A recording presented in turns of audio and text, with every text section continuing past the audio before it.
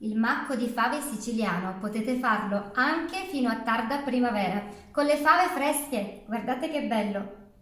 Direttamente dal mio orto ecco delle fave fresche, buonissime, e oggi le utilizzo per fare un piatto semplice della tradizione siciliana, il macco di fave, che sicuramente voi conoscete nella sua versione più famosa fatta con le fave secche, ma si può fare benissimo anche con le fave fresche. Vedrete, sarà un piatto profumatissimo, colorato e molto buono. Sebbene il procedimento sia davvero molto semplice, c'è un preliminare un po' seccante, la pulizia delle fave. Incido il baccello per poter sgranare con facilità.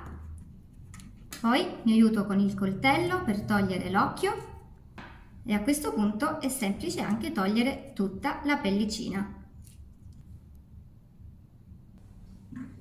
Questa è una ricetta che possiamo fare anche sul finire della primavera, quando le fave cominciano ad essere un po' durette, quindi vanno bene anche quando l'occhio diventa un po' più scuro. Vi ricordo che è possibile consumare anche il baccello. Per qualcuno magari è una novità, infatti vedendo le ricette a volte gli utenti si scandalizzano un po' perché dicono oddio, ma siamo arrivati a questi livelli, non buttiamo nemmeno più i baccelli che una volta mangiavano gli animali?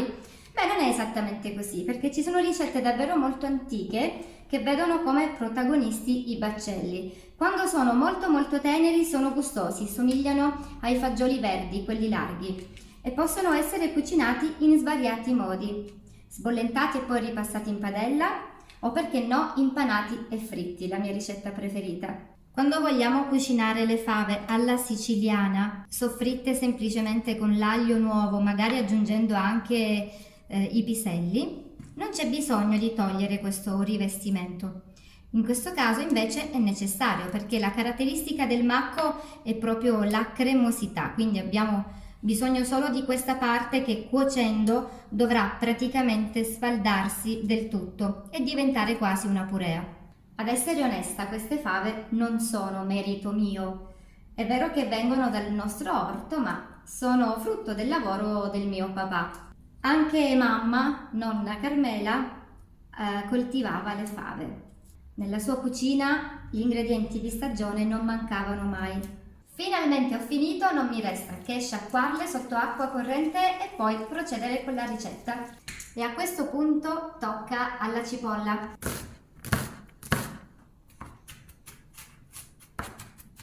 La cipolla è tritata, possiamo andare ai fuochi e inizio scaldando un filo d'olio d'oliva.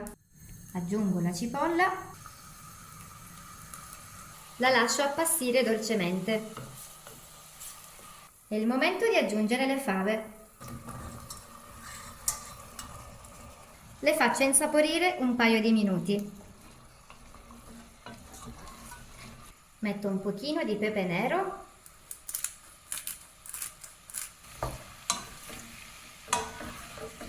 Nel frattempo sminuzzo un piccolo ciuffetto di finocchietto selvatico. Se volete che sprigioni ancora più profumo, potete anche aggiungerlo in una seconda fase.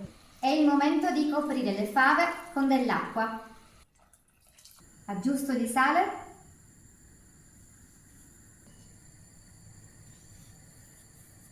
E manca solo il finocchietto.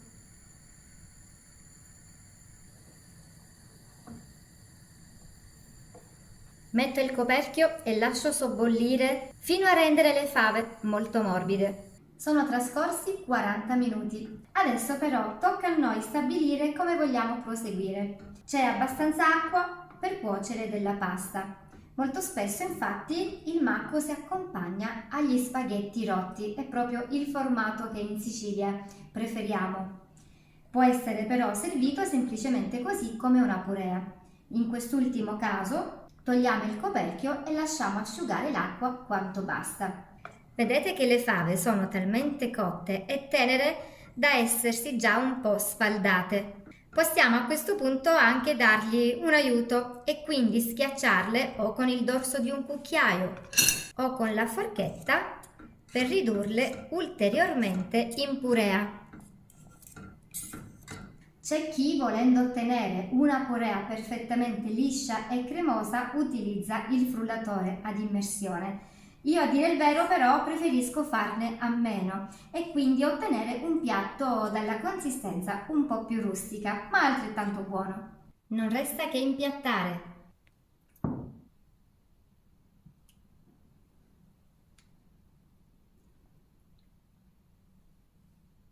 Per completare magnificamente questo piatto basta poco. Intanto una macinata di pepe nero,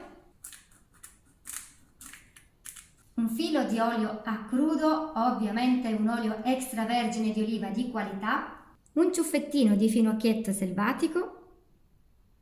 È già bello, gustoso e profumato così, ma non finisce qui perché guardate, mentre il macco cuoceva ho preparato dei crostini con del pane casereccio. L'ho tagliato in piccoli pezzetti, l'ho insaporito con pepe nero macinato, aghetti di rosmarino, maggiorana e un po' di paprika, un filo d'olio e in forno fino a diventare croccante. Adesso il piatto è davvero pronto, si può gustare sia caldo che tiepido. A me sembra un piccolo capolavoro, forse perché amo davvero tanto i piatti della tradizione. Provatelo anche voi, siete ancora in tempo, e fatemi sapere cosa ne pensate. Vi ricordo che in descrizione sotto il video ci sono le dosi esatte, per qualsiasi cosa commentate e sarò felice di aiutarvi come posso e rispondere alle vostre domande. Ciao da Valentina!